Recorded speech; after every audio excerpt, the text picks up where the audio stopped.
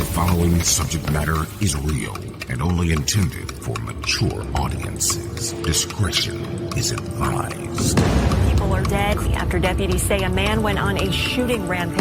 I knew a week before she died I was going to kill her. I can tell you the scene out there is absolutely horrific. Nobody knows where this individual may strike next. This is 10 Minute Murder. Welcome to 10 Minute Murder, brief and bingeable true crime. I'm Joe, I'm the host, and thanks for joining today. And I need to let you guys know about something that I did to myself in case the coroner is asking questions later on. You guys will have some answers for them. I sprayed this stuff in my mouth. It's called Singer's Soothing Throat Spray, extra strength. Now, obviously for this podcast, I don't sing, but I do talk a lot. And for my regular job, there are times when a lot of talking is involved. And this last couple of weeks, I've been talking a whole bunch. Usually I drink hot tea or room temperature water, but someone told me about this Singer's sore throat spray. So I thought I'd give it a shot. And just now, right before you're hearing these words, I tried it out for the first time. And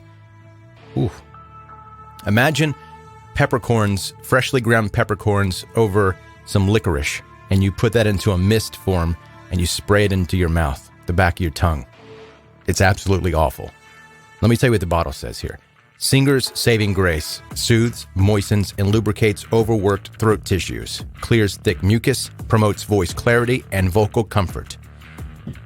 So hopefully my voice is extra comforting today because I sacrificed for you. I just need you to know that. While I pretend like my mouth doesn't taste like Jägermeister, let's get to today's story. In 2010, a video called One Boy, Two Kittens was posted on YouTube and Facebook. The viral clip showed a man playing with two kittens before putting them into a very tight vacuum seal bag and vacuuming out all the air, suffocating the helpless kittens. Outraged, almost 4,000 people formed a Facebook group to build evidence and find the identity of this mystery man on the video. Soon, the name Luka Magnotta popped up. The police were contacted, but at first, they weren't too worried. The guy just killed some cats, and it wasn't a big deal to them. It wasn't until his next video that they realized what Luka Magnotta was really capable of.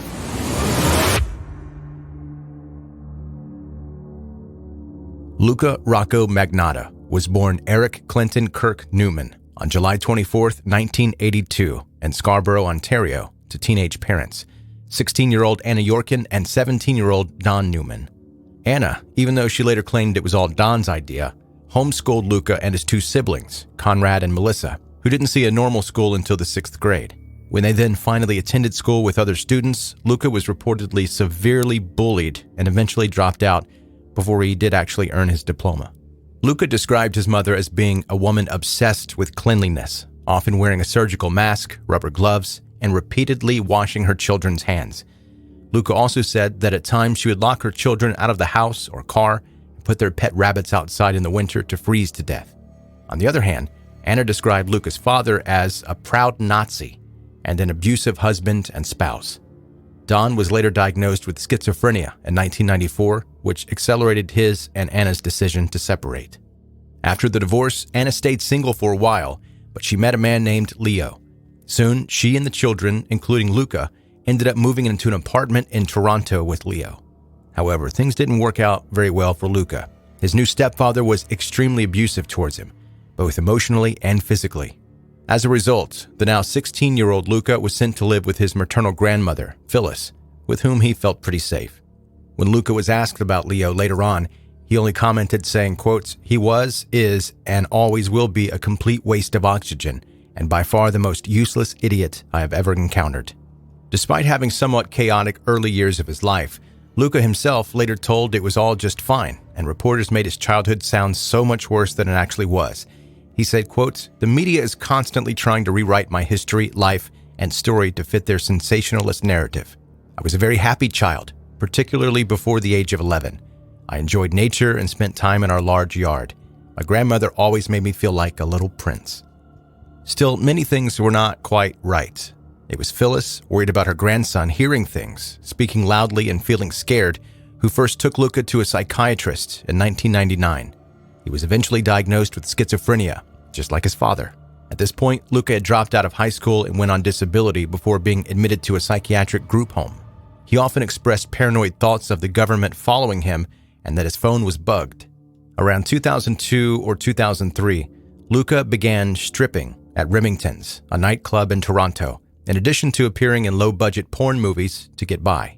Still, Luka wasn't happy. He wasn't making enough money, and he felt everyone else was better than him. So while thinking of his next move, one of Luka's fellow dancers suggested that he become an escort instead. So he did. Around this time, Luka also officially changed his name from Eric Clinton Kirk Newman to Luka Magnotta. He began to reinvent himself.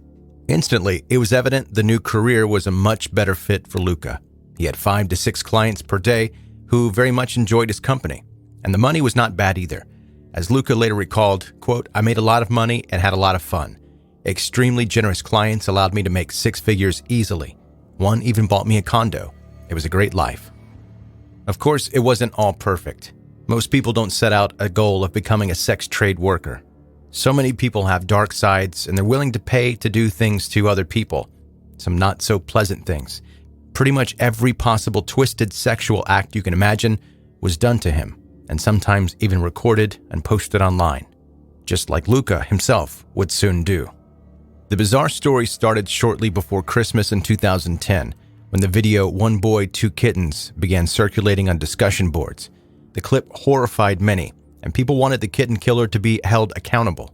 And so a Facebook group called "Find the Vacuum Kitten Killer for Great Justice" was set up to find the identity of the man in the video. They analyzed it frame by frame to find any possible evidence and investigated the metadata of the footage. Eventually, people grew more and more convinced 28-year-old Luka Magnotta was the one they were looking for.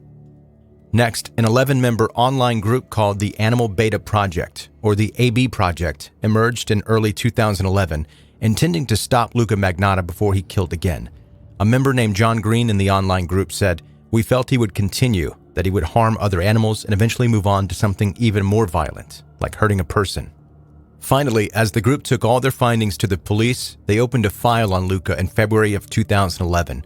However, they didn't seem to be able to locate him, and the truth was, Luka had not hurt or threatened another person. However, that would soon change. Over the course of 2 days, from May 15th to May 16th, 2012, repeated references were made online to a new video, "One Lunatic, One Ice Pick," a video that had not even been posted yet. It seemed like someone was trying to create a buzz before the actual release. When the video was then published on May 25th, it was everything that the amateur sleuths had tried to warn the police about. It depicts a young naked male bound on a bed, initially alive and then lifeless. Someone is seen repeatedly stabbing the victim with an ice pick before dismembering the body with a knife. There were also reportedly acts of necrophilia and cannibalism. 3 days later, body parts of 33-year-old June Lin were found in several trash bags. Some were mailed across the country to government offices, while others were placed in front of an apartment building where Luka Magnotta rented an apartment. Furthermore, when CCTV footage showed June Lin entering the building with Luka the night he was killed, the police confirmed him as the suspect and issued a manhunt. By that point, Luka had fled to Paris, but using his own name, so he was pretty easy to track down. Still, just when authorities were after him in France, Luka took a bus to Berlin, Germany. It was like a cat and mouse game where Luka was always one step ahead of the police. However, his self-centered view of life eventually led him to his fate. Luka was tracked down in an internet cafe in Berlin on June 4th. When the police came in, Luka was, as stupid as it sounds, Googling his own name. On June 18, 2012, authorities were concerned with using a commercial flight, so they flew him by a military plane to Quebec's Mirabel Airport. The highly controlled and secretive extradition operation was also to minimize media attention upon his return from Germany. Still, everybody was waiting for Luka's own words of why he had committed such a brutal crime. He said, quote, "Something forced me to do it. It gave me this weird energy. Something just happened in my brain." According to Luka, when he had been with Lin June, who he had met for sex through Craigslist, the voices in his head kept saying, "Tie him up. Cut it. Do it. He's from the government." Of course, we can't know for sure if Luka was telling the truth. Despite his schizophrenia diagnosis a decade later, some professionals thought Luka was too well organized around the time of his crimes, and he also seemed to push the mental illness narrative to authorities as soon as he was caught. Straight away, Luka provided the complete picture of his condition in his first interview, including symptoms, previous medical history, and a family history of illness, like he had made a list to make sure he remembers to mention everything. On June 19, 2012, Luka pleaded not guilty to all charges, including first-degree murder, committing an indignity to a body, publishing obscene material, criminally harassing Prime Minister Stephen Harper and other members of Parliament, and mailing obscene and indecent material. According to Luka, his mental illness left him not criminally responsible. However, the jury had a different opinion. On the 8th day of deliberation, they returned a verdict of guilty on all charges. Finally, after a 12-week trial in December 2014, Luka Magnotta was sentenced to life in prison with a chance of parole after 25 years. He has since gotten married behind bars to another inmate and murderer, Anthony Jolin. Even though Luka's insanity defense did not produce his desired result, I think we can all agree that Luka was terribly troubled from a very early age. Many of the people close to the case and some of those who helped link Luka to the videos thought that the system let him down.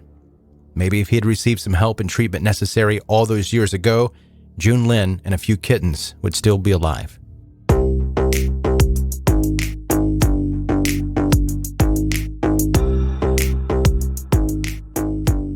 That's 10-Minute Murder for today. Brief and bingeable true crime. Thanks for joining. And by the way, this whole Luka Magnotta story, there's a Netflix documentary that goes way into detail of this whole thing. It's called Don't F with Cats, Hunting an Internet Killer. Before you go today, make sure you are subscribed to 10-Minute Murder. It's absolutely free, and it ensures that you do not miss any future episodes of the podcast. Also connect with 10-Minute Murder on Facebook, Instagram, and Twitter. Links for that are in the show notes of this episode, or you can just go to the search bar in Facebook or Instagram and type in 10-Minute Murder, and it'll pop right up. Thanks for listening. Be safe, and have a good night.